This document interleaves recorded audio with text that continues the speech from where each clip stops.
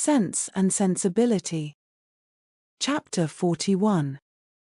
Edward, having carried his thanks to Colonel Brandon, proceeded with his happiness to Lucy, and such was the excess of it by the time he reached Bartlett's Buildings, that she was able to assure Mrs. Jennings, who called on her again the next day with her congratulations, that she had never seen him in such spirits before in her life. Her own happiness, and her own spirits, were at least very certain, and she joined Mrs. Jennings most heartily in her expectation of their being all comfortably together in Delaford Parsonage before Michaelmas. So far was she, at the same time, from any backwardness to give Eleanor that credit which Edward would give her, that she spoke of her friendship for them both with the most grateful warmth, was ready to own all their obligation to her, and openly declared that no exertion for their good on Miss Dashwood's part, either present or future, would ever surprise her, for she believed her capable of doing anything in the world for those she really valued. As for Colonel Brandon, she was not only ready to worship him as a saint, but was moreover truly anxious that he should be treated as one in all worldly concerns, anxious that his tithes should be raised to the utmost, and secretly resolved to avail herself, at Delaford, as far as she possibly could, of his servants, his carriage, his cows, and his poultry. It was now above a week since John Dashwood had called in Berkeley Street, and as since that time no notice had been taken by them of his wife's indisposition, beyond one verbal inquiry, Eleanor began to feel it necessary to pay her a visit. This was an obligation, however, which not only opposed her own inclination, but which had not the assistance of any encouragement from her companions. Marianne, not contented with absolutely refusing to go herself, was very urgent to prevent her sister's going at all, and Mrs. Jennings, though her carriage was always at Eleanor's service, so very much disliked Mrs. John Dashwood, that not even her curiosity to see how she looked after the late discovery, nor her strong desire to affront her by taking Edward's part, could overcome her unwillingness to be in her company again. Consequence was, that Eleanor set out by herself to pay a visit, for which no one could really have less inclination, and to run the risk of a tete-a-tete with a woman, whom neither of the others had so much reason to dislike. Mrs. Dashwood was denied, but before the carriage could turn from the house, her husband accidentally came out. He expressed great pleasure in meeting Eleanor, told her that he had been just going to call in Berkeley Street, and, assuring her that Fanny would be very glad to see her, invited her to come in. They walked upstairs into the drawing-room. Nobody was there. "Fanny is in her own room, I suppose," said he. "I will go to her presently, for I am sure she will not have the least objection in the world to seeing you." "Very far from it, indeed. Now especially there cannot be, but however, you and Marianne were always great favourites. Why would not Marianne come?" Eleanor made what excuse she could for her. "I am not sorry to see you alone," he replied, "for I have a good deal to say to you. This living of Colonel Brandon's, can it be true? Has he really given it to Edward? I heard it yesterday by chance, and was coming to you on purpose to inquire farther about it." "It is perfectly true. Colonel Brandon has given the living of Delaford to Edward." "Really? Well, this is very astonishing. No relationship, no connection between them, and now that livings fetch such a price. What was the value of this?" "About 200 a year." "Very well, and for the next presentation to a living of that value, supposing the late incumbent to have been old and sickly, and likely to vacate it soon, he might have got, I dare say, £1,400. And how came he not to have settled that matter before this person's death? Now, indeed it would be too late to sell it, but a man of Colonel Brandon's sense, I wonder he should be so improvident in a point of such common, such natural, concern. Well, I am convinced that there is a vast deal of inconsistency in almost every human character. I suppose, however, on recollection, that the case may probably be this. Edward is only to hold the living till the person to whom the Colonel has really sold the presentation is old enough to take it. Aye, that is the fact, depend upon it." Eleanor contradicted it, however, very positively, and by relating that she had herself been employed in conveying the offer from Colonel Brandon to Edward, and, therefore, must understand the terms on which it was given, obliged him to submit to her authority. "It is truly astonishing," he cried, after hearing what she said. "What could be the Colonel's motive?" "A very simple one: to be of use to Mr. Ferrars." "Well, well, whatever Colonel Brandon may be, Edward is a very lucky man. You will not mention the matter to Fanny, however, for though I have broke it to her, and she bears it vastly well, she will not like to hear it much talked of." Eleanor had some difficulty here to refrain from observing that she thought Fanny might have borne with composure an acquisition of wealth to her brother, by which neither she nor her child could be possibly impoverished. "Mrs. Ferrars," added he, lowering his voice to the tone becoming so important a subject, "knows nothing about it at present, and I believe it will be best to keep it entirely concealed from her as long as may be. When the marriage takes place, I fear she must hear of it all." But why should such precaution be used? Though it is not to be supposed that Mrs. Ferrars can have the smallest satisfaction in knowing that her son has money enough to live upon, for that must be quite out of the question. Yet why, upon her late behavior, is she supposed to feel at all?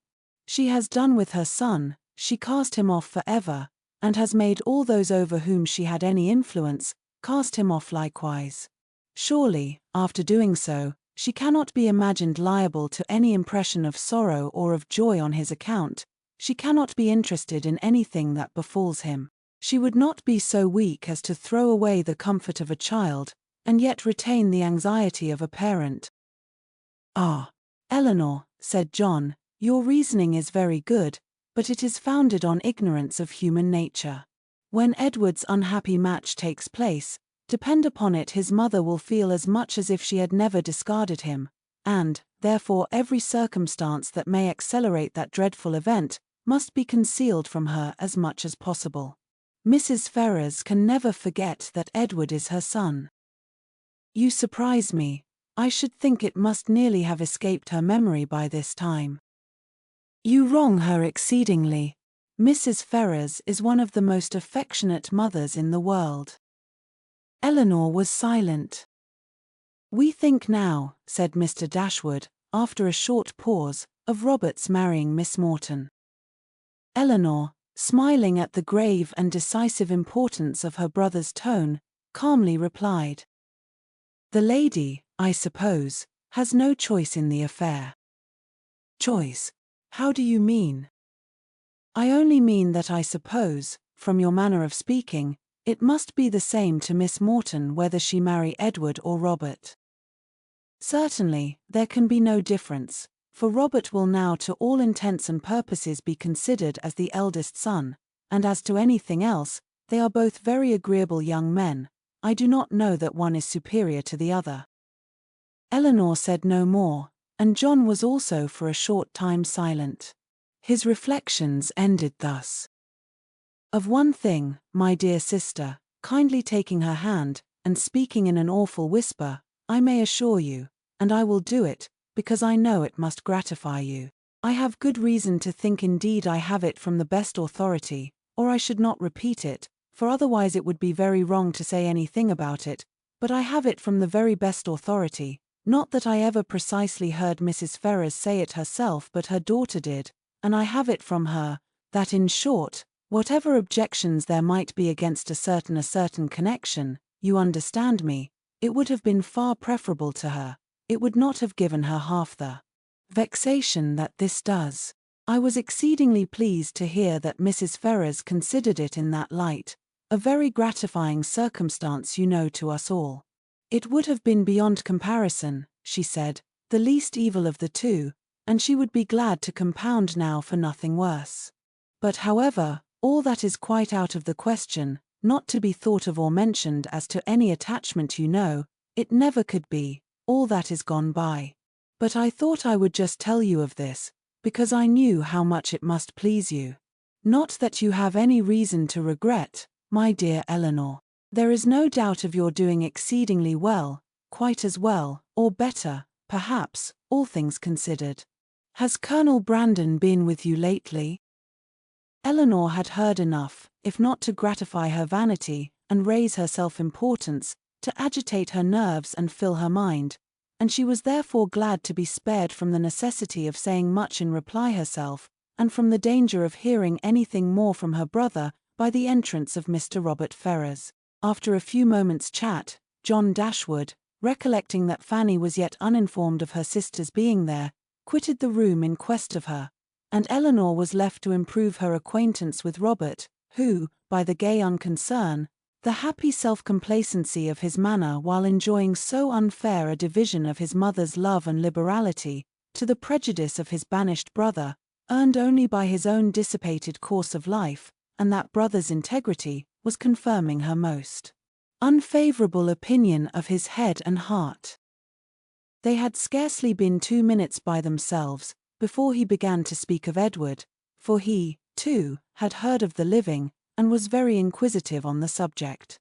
Eleanor repeated the particulars of it, as she had given them to John, and their effect on Robert, though very different, was not less striking than it had been on him. He laughed most immoderately. The idea of Edward's being a clergyman, and living in a small parsonage house, diverted him beyond measure, and when to that was added the fanciful imagery of Edward reading prayers in a white surplice, and publishing the banns of marriage between John Smith and Mary Brown, he could conceive nothing more ridiculous. Eleanor, while she waited in silence and immovable gravity, the conclusion of such folly, could not restrain her eyes from being fixed on him with a look that spoke all the contempt it excited. It was a look, however, very well bestowed, for it relieved her own feelings, and gave no intelligence to him. He was recalled from wit to wisdom, not by any reproof of hers, but by his own sensibility.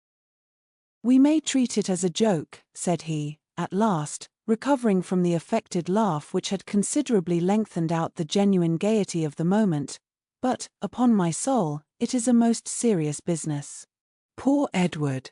He is ruined for ever. I am extremely sorry for it, for I know him to be a very good-hearted creature, as well-meaning a fellow perhaps, as any in the world. You must not judge of him, Miss Dashwood, from your slight acquaintance. Poor Edward! His manners are certainly not the happiest in nature. But we are not all born, you know, with the same powers, the same address. Poor fellow! To see him in a circle of strangers, to be sure it was pitiable enough, but upon my soul, I believe he has as good a heart as any in the kingdom, and I declare and protest to you I never was so shocked in my life, as when it all burst forth. I could not believe it. My mother was the first person who told me of it, and I, feeling myself called on to act with resolution, immediately said to her, 'My dear madam, I do not know what you may intend to do on the occasion, but as for myself, I must say, that if Edward does marry this young woman, I never will see him again.' That was what I said immediately. I was most uncommonly shocked, indeed. Poor Edward! He has done for himself completely, shut himself out for ever from all decent society. But, as I directly said to my mother, I am not in the least surprised at it. From his style of education, it was always to be expected." My poor mother was half frantic. "Have you ever seen the lady?" "Yes, once, while she was staying in this house. I happened to drop in for 10 minutes, and I saw quite enough of her. The merest awkward country girl, without style or elegance, and almost without beauty. I remember her perfectly. Just the kind of girl I should suppose likely to captivate poor Edward. I offered immediately, as soon as my mother related the affair to me, to talk to him myself, and dissuade him from the match. But it was too late then, I found, to do anything, for unluckily, I was not in the way at first, and knew nothing of it till after the breach had taken place, when it was not for me, you know, to interfere. But had I been informed of it a few hours earlier, I think it is most probable that something might have been hit on. I certainly should have represented it to Edward in a very strong light. 'My dear fellow,' I should have said, 'consider what you are doing. You are making a most disgraceful connection, and such a one as your family are unanimous in disapproving. I cannot help thinking, in short, that means might have been found. But now it is all too late. He must be starved, you know, that is certain, absolutely starved. He had just settled this point with great composure, when the entrance of Mrs. John Dashwood put an end to the subject. But though she never spoke of it out of her own family, Elinor could see its influence on her mind, in the something like confusion of countenance with which she entered, and an attempt at cordiality in her behavior to herself. She even proceeded so far as to be concerned to find that Elinor and her sister were so soon to leave town, as she had hoped to see more of them, an exertion in which her husband, who attended her into the room, and hung enamoured over her accents, seemed to distinguish everything that was most affectionate and graceful.